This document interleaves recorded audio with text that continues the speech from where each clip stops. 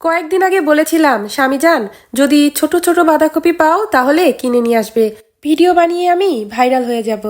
Viral হলে টাকা আসবে, তোমার বিড়ি সিগারেট কিন্তু তখন আমি কিনে দেব। সে আমারে বলল, এই জিন্দিগিতে তোমার আশা পূরণ হবে না। 3 বছর ধরে শুনছি। বাই দা ওয়ে, লোকটা কিন্তু ভালো আছে, যখন যেটা চাই কিনে দেয়, কখনো কৃপণতা করে না। বাজার থেকে এসে একটা ব্যাগ দিল আমাকে, বলল এই নাও তোমার ভিডিওর জন্য ছোট বাঁধাকপি, সঙ্গে বোনাস হিসেবে কিন্তু পার্সিমন আর কমলাও নিয়ে এসি। আমি কিন্তু ভুলে গেছি, আমার মনেও ছিল না, কিন্তু সে মনে রেখেছে।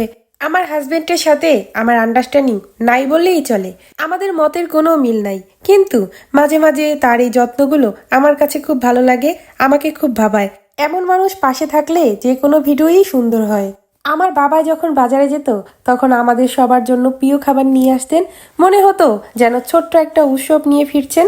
বাবা আর স্বামীর মধ্যে আমি অদ্ভুত একটা মিল খুঁজে পাই, দুজনেই আপন করে রাখে।